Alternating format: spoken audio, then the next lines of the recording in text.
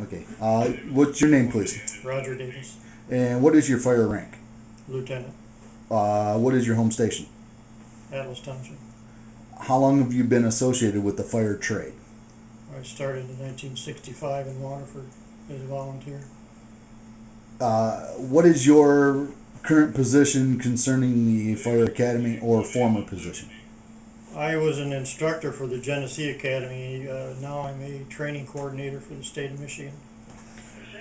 Do I have permission to include this interview for the wiki? Yes, Okay. Got some questions about technology. Do you already know about the technologies that are explained in my HubRift wiki that we just went through? I reviewed them. You reviewed them. Do you know anything about the technologies at all, though? No. Do you have any questions concerning these technologies? These are going to be questions about the Fire Academy. Does the Academy use any form of these technologies to train its future firefighters? No, not this type. If you could place on a scale of 1 to 100, how well do you think the Academy prepares its future firefighters on an overall basis? I think the Academy does a fair job as far as training them. It's all under the guidelines of the state of Michigan, so everybody's trained the same. On a scale of 1 to 100, how well do you think it prepares them? 75%. Okay. On the scale of 1 to 100, how well do you think the Academy prepares future firefighters when it comes down to specific things like dealing with extreme heat or intense physical labor? They don't get into the extreme heat. Uh, so you're talking probably 40%. And then the physical labor? Uh, Physical labor, I mean, there's a lot of hands-on as far as the practicals for the academy, so probably 60. Okay. On that same scale of 1 to 100, how well do you think the Academy prepares our future firefighters to perform search and rescue operations? Uh, that's a hard question because they go through the procedures for search and rescue, but until you get into an actual building, where the heat and the smoke and the fire conditions. Okay. I mean, all the academy is supposed to do is give you hands-on training as far as procedures and how to accomplish it.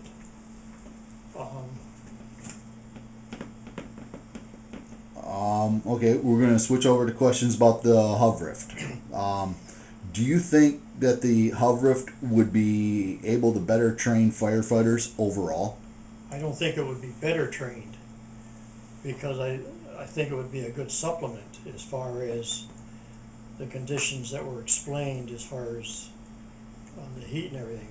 I don't think it's going to replace the training because you still have to have the academy and you still have to have the hands-on.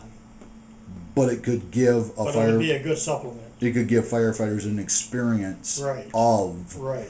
going through without having to do a live burn. Okay, thank you. Do you think a HubRift would be able to better prepare a firefighter to deal with the extreme heat and physical labor involved with a fire? It would probably give them a lot better experience with the heat and smoke conditions. Do you think the HubRift idea would able to better prepare firefighters for search and rescue operation? It would again be a good supplement. Do you think veteran firefighters could use a HubRift for training purposes? It would be a good refresher because of the lack of experience that we get in house fires.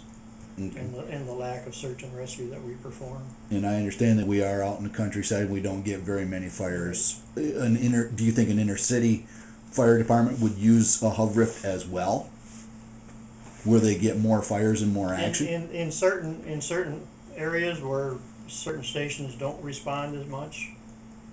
Okay. I mean, training is always good. You can't never get enough training.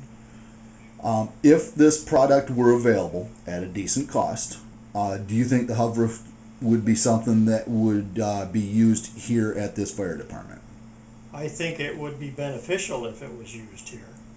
I don't know whether the funds would be available to purchase it, but it would be beneficial.